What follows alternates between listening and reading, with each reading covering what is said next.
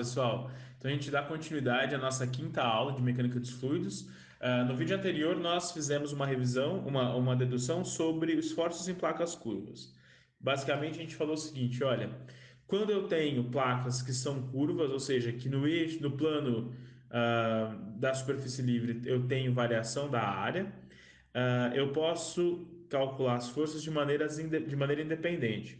A força, como a gente já sabe, é um componente vetorial e ela vai ser igual a gama vezes, perdão, vai ser igual a pressão nos pontos vezes a área dAx ou dAy ou dAz, tá?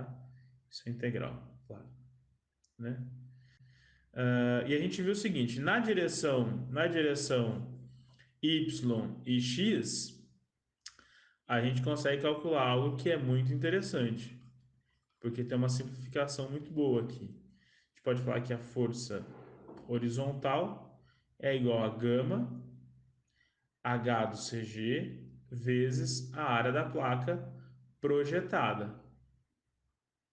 Essa é a nossa área projetada. Então, eu posso trabalhar como se fosse uma placa plana, tá? O ponto de aplicação y do CE é igual ao que a gente já viu, y do CG mais i xx y do CG vezes a área da placa projetada, e x do CE é igual a x do CG mais i xy y do CG, igualzinho a gente trabalha com a placa plana. E na placa, na superfície, na força vertical, tive que a força vertical é igual gama vezes o volume acima da placa, tá? Então eu tenho, por exemplo, esse volume aqui todo acima da minha placa e ele pode ser projetado como esse prisma aqui, tá? Então eu consigo calcular esse volume e multiplico pelo gama e essa é a minha força vertical, tá? Agora vamos ver onde que essas forças estão de fato aplicadas. A gente viu que a força, a dedução é sempre a mesma, né? A força da horizontal vezes a posição y a posição y que a gente quer calcular do CG vezes a área da placa é igual, e a área é sempre a área projetada, é igual a integral, e aí vezes, aqui vezes y do CP é igual a gama y dA vezes y. Gama y dA é a nossa pressão, né? No ponto Y. E esse outro Y que aparece para fazer o momento. Isso aqui é muito similar ao que a gente já viu na placa plana. Então eu chego à conclusão que Y do CE é igual a Y do CG mais IXX, Y do CG vezes a área, vezes a área. Isso aqui, lembrando, é a área projetada, tá? Então, é exatamente como trabalhar com uma placa plana, sempre na área projetada. De maneira muito análoga, até sugiro que vocês provem em casa para que isso fixe bem na cabeça de vocês. X do CE é igual a X do CG mais IXY sobre Y do CG vezes a área. Agora, a dúvida vem em relação ao ponto de aplicação da força vertical. Essa é onde pode ter alguma modificação, né?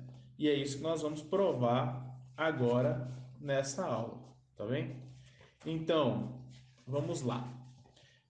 Basicamente o que a gente quer é o seguinte: se eu tenho a minha força vertical, ela está aplicada, perdão, eu tenho a minha força vertical, ela está aplicada.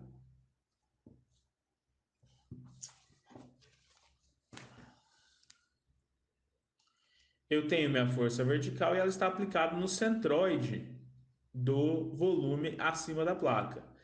Então eu posso calcular o seguinte, que a força é igual a gama vezes o volume, e isso é igual à integral de gama dV vezes gama dV vezes um ponto x onde ela está aplicada. E aqui multiplico também pelo x linha, que é onde a força está aplicada. Basicamente, o que eu tenho é o seguinte, olha, eu tenho a superfície livre, uma placa aqui embaixo, assim, por exemplo, um quarto de circunferência. Eu já sei que essa força horizontal está aplicada aqui, essa distância é o meu y, c, e eu quero saber onde está aplicada a força, essa força vertical. Essa distância aqui é que eu chamei de x', tá? Então, basicamente, x' f é igual a gama vezes o volume, e eu posso escrever então que x' é igual a integral, aí gama já posso cancelar aqui, né? De x dv sobre v. Como eu dizia, isso é o centroide do volume, que está acima da placa, tá? É o centroide desse volume aqui. Olha, nem sempre calcular o centroide desse camarada é algo simples, né? Então, existe algumas suposições que a gente pode fazer que são muito válidas. Quando a gente tem uma superfície que é formada de circunferências, por exemplo, essa que eu tinha acabado de mostrar, tem a superfície livre e um quarto de circunferência aqui. Aqui está o minha origem, né? A força resultante, a força resultante de FH e FV, vou até trocar de cor aqui, ela passa pela origem. A linha de ação dela passa pela origem. Então, eu tenho a força resultante aqui, ela passa pela origem. Então, o momento que essa força causa na origem é zero.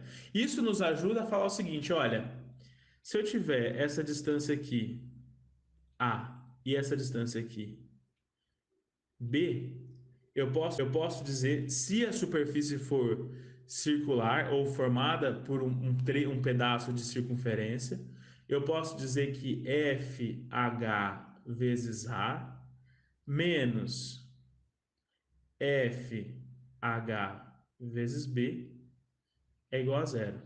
Ou B, que é a distância da origem até onde está aplicada a força vertical, é igual a FH vezes A sobre F vertical.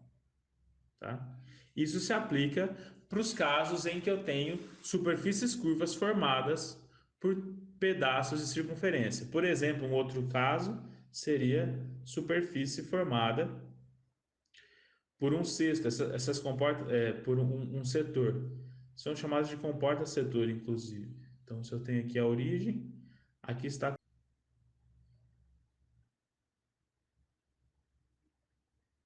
tá? Aqui está a comporta. E aí eu tenho um ângulo θ aqui. Então, não, se eu quero calcular onde está aplicada a força vertical, eu posso usar esse mesmo artifício, mas eu vou achar a distância em relação à origem sempre, tá bem? E quando não é uma superfície formada por uma circunferência, aí não tem jeito, nós temos que calcular o centroide daquela figura. Então, por exemplo, na barragem parabólica, que é um caso bastante clássico, se eu tenho água até aqui,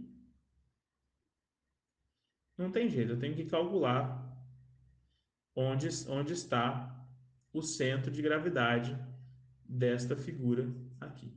Tá bem?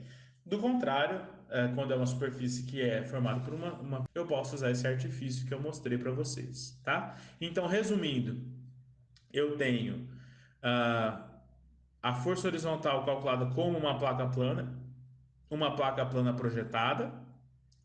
Força vertical eu calculo com o volume acima da placa e o ponto de aplicação é no centro de gravidade da figura ou no centroide do volume. Então, lembrando que quando eu falo centroide do volume ou centro de gravidade da figura, lembre-se sempre da nossa barragem aqui parabólica, tá?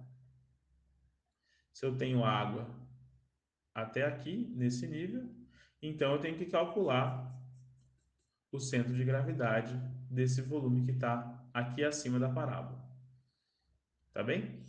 É isso, pessoal. Os próximos dois vídeos são de exercícios para vocês aprofundarem. No material escrito, vocês vão ter três exercícios desenvolvidos também. Um já está desenvolvidos também. Um já tá disponível. Os outros dois eu vou disponibilizar. E tem a lista de exercícios para vocês continuarem se exercitando e aplicando essas técnicas, tá bem? Um abraço e até a próxima aula.